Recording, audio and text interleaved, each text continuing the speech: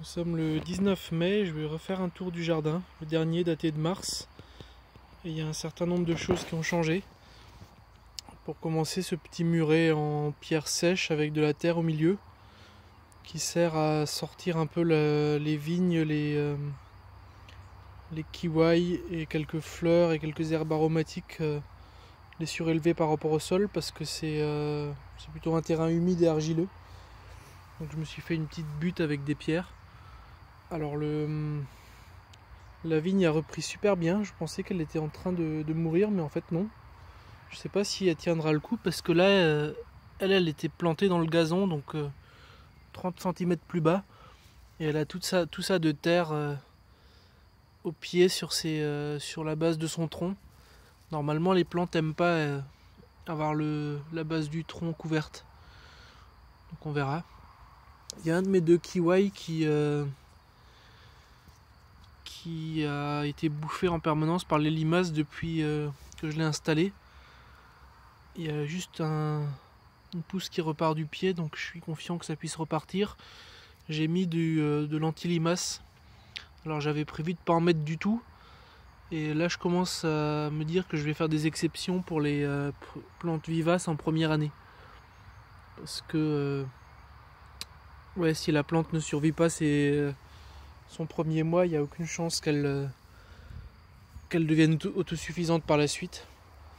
J'ai un autre kiwi que j'ai planté en même temps, qui lui, il y a un peu de bave de limaces, mais il semblerait que les limaces n'arrivent pas à monter plus haut que ça, donc lui il est déjà bien parti, il est déjà arrivé là.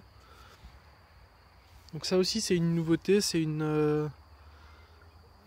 pour palisser la vigne, les kiwis, et ensuite ça sera sur le haut de la pergola. Je rajouterai encore un treillage et ça nous fera de l'ombre et des fruits. Donc oui, le romarin rampant, le thym, un peu de ciboulette. Et on a commencé à mettre des fleurs, entre autres de la calendula. Alors lui aussi est bien reparti parce qu'il était tombé à l'automne. C'était un beau petit arbre. Et il s'était pris la tempête. Et là c'est reparti de rejet. J'ai les érables du Japon que j'ai semés il y a 1 an et demi maintenant, qui commencent à être jolis. Je sais pas encore si je vais en faire des bonsaïs ou si je vais les greffer pour en faire des variétés sélectionnées, ou si je les laisse pousser en pieds francs comme ça. À décider. Alors il y a le mandarinier aussi qui a refait ses feuilles. Lui c'était la grosse gelée de février qui lui avait fait perdre toutes ses feuilles. Je l'avais planté en décembre. C'est pas vraiment un climat mandarine, mais c'est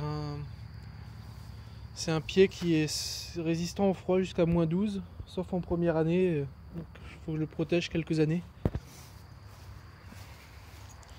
Alors ça c'est un laurier sauce. Donc on a largement de quoi.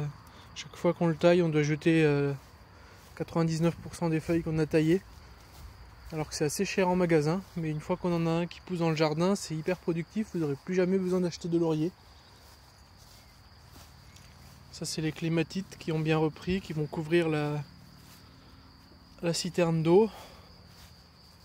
De ce côté-là, j'ai les clématites qui sont en train de s'ouvrir aussi. Et à côté, un chèvrefeuille qui lui aussi commence à faire de belles fleurs. Bon, tous les petits arbres vont bien, la mélanchier ici va bien. Les rosiers sont en train de fleurir. J'ai mon kaki qui pousse bien là.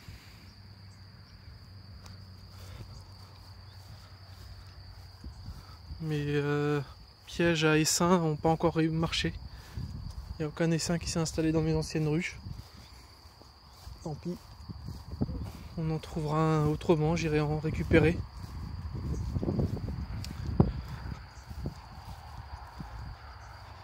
Alors le potager, il n'est pas très bien tenu, mais cette année il commence à être productif pour la première fois. L'an dernier j'avais lutté contre les limaces tout le printemps, Donc là c'est les asperges qui commencent à sortir. Celles-là je peux pas y toucher avant 2 ans parce qu'elles ont besoin de grandir les premières années. Ici c'est des pieds de salade qui ont bien survécu aux limaces à une époque où il n'y en avait pas beaucoup. Alors que l'an dernier à la même époque ça grouillait de limaces partout.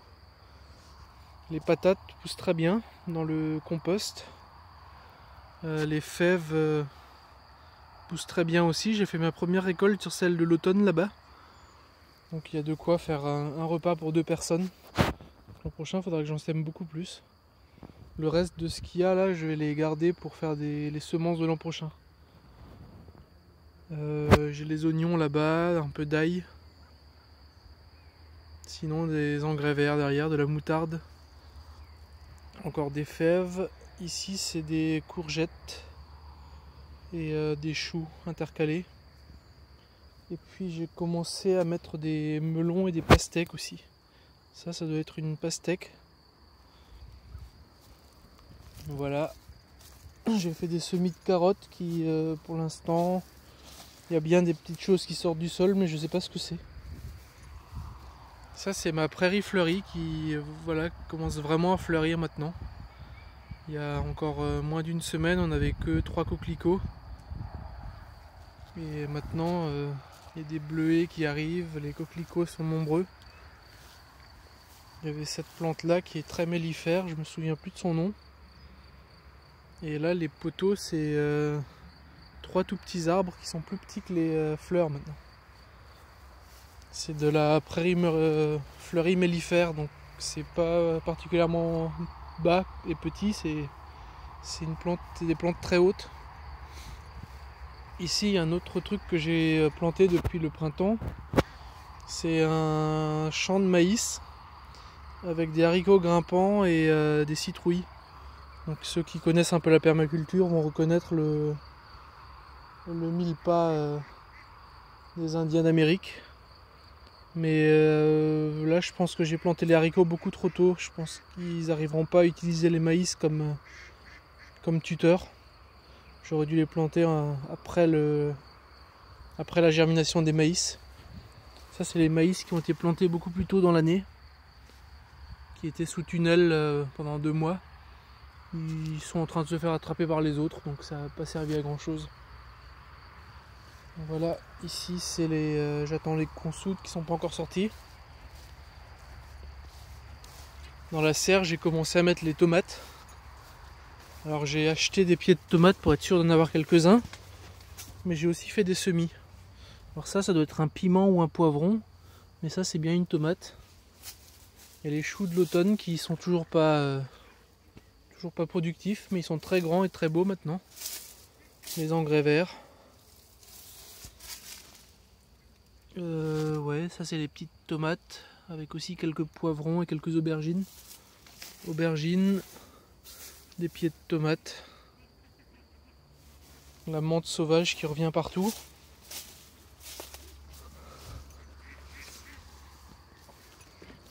Pas de nouvelles de mes consoudes que j'avais semées ici. Là la butte, je vais devoir un peu la débroussailler celle-là, parce que les engrais verts et j'avais aussi mis un mélange biomasse, et effectivement ça marche bien. Donc ça va servir de paillage. Les petits arbres qui ont survécu, c'est des amélanchiers, et puis d'autres buissons. On a fini de cueillir les cerises, là il reste plus que des cerises trop mûres. Donc maintenant je vais déplacer le poulailler pour que les poules aient accès au reste de cerises qui tombent. Ah, il y a ça aussi, il y a les topinambours. Je pensais les avoir tous récoltés l'an dernier, et donc je pensais avoir fait une erreur, mais heureusement j'ai dû en laisser dans le sol quelques-uns. Donc tous les endroits où j'avais un topinambour, j'avais 3 ou 4 endroits comme ça, il y en a 5 ou 6 qui ont repoussé, alors que j'étais persuadé de les avoir tous récoltés. Donc je pense que le topinambour ça sera une plante facile à faire pousser. Donc ici c'est l'endroit où les poules ont passé l'hiver, la végétation commence à peine à ressortir, avec les plantes pionnières qui arrivent en premier, qui feront couvre-sol pour pouvoir laisser les autres se développer. J'ai fait un semis de trèfle incarnat. C'est des petits trèfles rouges qui sont très beaux. Donc on devrait les voir arriver d'ici une semaine ou deux, ceux-là. Il y a des rhubarbes qui sont ressortis après s'être fait manger par les poules. Ça c'est un pied de consoude qui n'a pas encore sorti du sol. C'est mes noisetiers. Puis après des engrais verts que j'ai plantés par-dessus. Ça c'est mon saule marceau. C'est le plus grand de tous ceux que j'ai plantés l'an dernier. Les autres sont à peu près 5 fois plus petits, c'est assez impressionnant. Les kiwis qui avaient souffert du gel d'avril sont en train de refaire leurs feuilles. Donc j'ai toujours des kiwis. Celui-là est... je crois qu'il y a des petits bourgeons ici, donc il va repartir aussi. C'est un pied mâle ça. Ça c'est un pied femelle qui est en train de refaire ses bourgeons. J'avais mis 3 kiwis qui eux ont à peu près disparu maintenant. La sauge a fini de fleurir, c'était assez beau. Une espèce de fleur rose. La lavande n'est pas encore très grande, donc pour l'instant il y a beaucoup d'autres plantes pionnières qui sont sur cette butte. Mais je pense vraiment essayer de favoriser la lavande pour faire un gros tas de lavande, de thym, de romarin et de sauge. Il y a des canards qui se sont échappés, ils devraient être de l'autre côté de cette clôture. Voilà mon arbre à miel.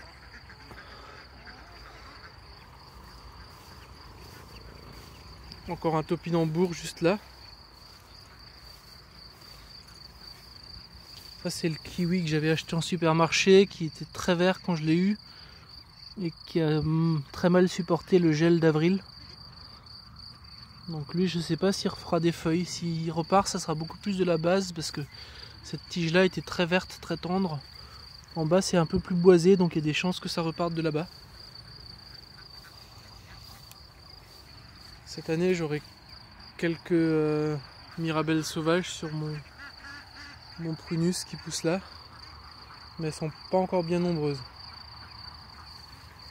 C'est un pied complètement sauvage, il n'a pas été greffé, je pense qu'il a poussé là naturellement. Oula, j'ai envie d'aider mais je vais me faire bouffer si j'essaie de l'aider. Je reviendrai plus tard pour sauver le petit caneton. Quand sa mère se sera éloignée un peu. Ça c'est les canetons d'1 mois et demi. Là-bas c'est ceux qui ont 1 mois et donc qui ont été élevés naturellement par leur mère. Ça c'est les canes adultes, les poules adultes. Et j'ai aussi des canetons et des oies de 2 semaines. Et des petits poussins de 2 semaines qui vont rejoindre tout ça d'ici 3 semaines à peu près. Les fraisiers ils ont produit mais ils se sont fait attaquer par les limaces. Donc j'ai mis la clôture autour pour faire venir les canards. Et donc je trouve encore moins de fraises maintenant. Mais au moins les fraises nourrissent les poules, donc les fraises me font des œufs. Plutôt que de juste nourrir les limaces. J'ai planté des framboisiers supplémentaires ici. À côté de l'autre haie de framboisiers. Donc c'est pas vraiment la bonne saison pour planter des framboisiers. Mais j'étais passé en Alsace et j'ai eu l'opportunité de prendre des framboisiers à ce moment-là. Donc je me suis servi. Je les ai bien arrosés, j'espère qu'ils vont repartir. Au moment de les rempoter, vu que c'était des rejets très jeunes, qui n'avaient pas encore fait beaucoup de racines, j'ai coupé toutes les feuilles pour éviter qu'elles se dessèchent trop. Donc elles auront plus de chances de refaire des racines et de faire des plantes plus tard dans l'année, des feuilles plus tard dans l'année.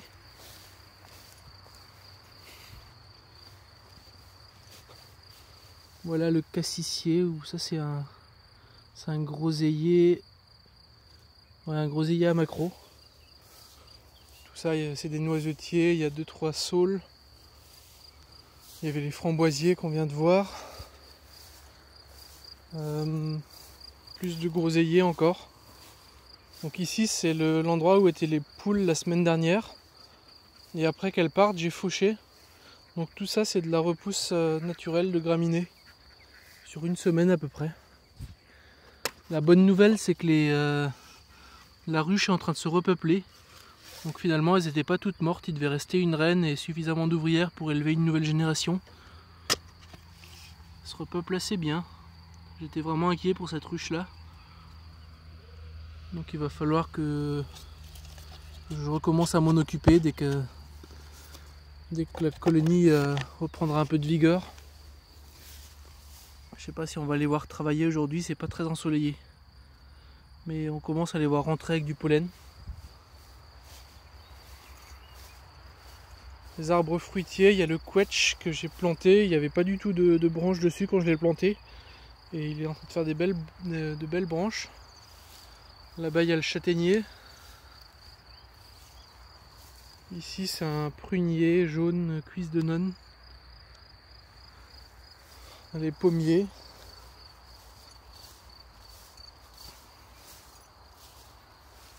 Il va me faire beaucoup de fruits lui cette année, pour sa première année. C'est une variété qui se conserve très bien. C'est quoi son nom déjà?